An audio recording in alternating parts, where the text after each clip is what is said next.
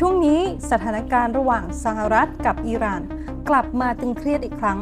แต่จุดที่น่าสนใจคือมันไม่ใช่แค่เรื่องของการปะทะทางการทหารอย่างเดียวแล้ว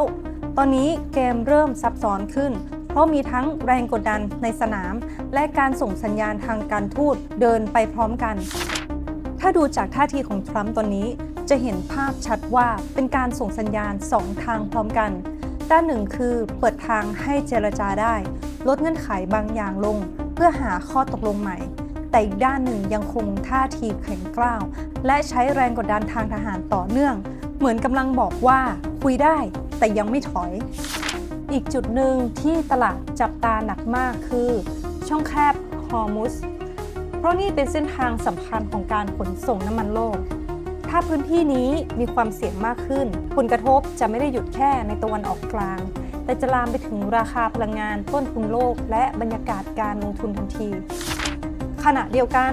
ในฝั่งสหรัฐเองก็ไม่ได้เห็นด้วยทั้งหมดเพราะเริ่มมีแรงกดดันจากภายในมากขึ้นหลายฝ่ายกังวลว่าถ้าสถานการณ์บานปลายสหรัฐอาจถล่มลึกเกินกว่าที่คาดไว้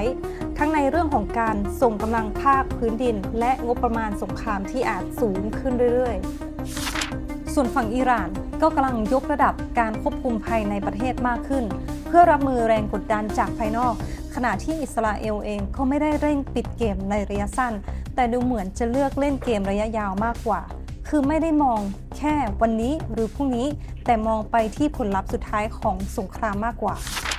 เมื่อภาพรวมออกมาแบบนี้ตลาดการเงินเลยผันผวนง่ายมากโดยเฉพาะสินทรัพย์ที่ไวต่อข่าวแบบน้ำมันดอลลาร์ทองคำและตลาดหุ้นเพราะทุกความเห็นของผู้นำหรือทุกการขยับในพื้นที่เสี่ยงสามารถทำให้ราคาสินทรัพย์เปลี่ยนทิศได้แทบจะทันทีสรุปก็คือตอนนี้เกมนี้ไม่ใช่การเลือกแค่ว่าจะคุยหรือจะรบแต่การเปิดช่องเจรจาไปพร้อมกับการถือไม้แข็งเอาไว้ตลอดทำให้สถานการณ์ยังไม่เห็นจุดจบชัดในระยะสั้น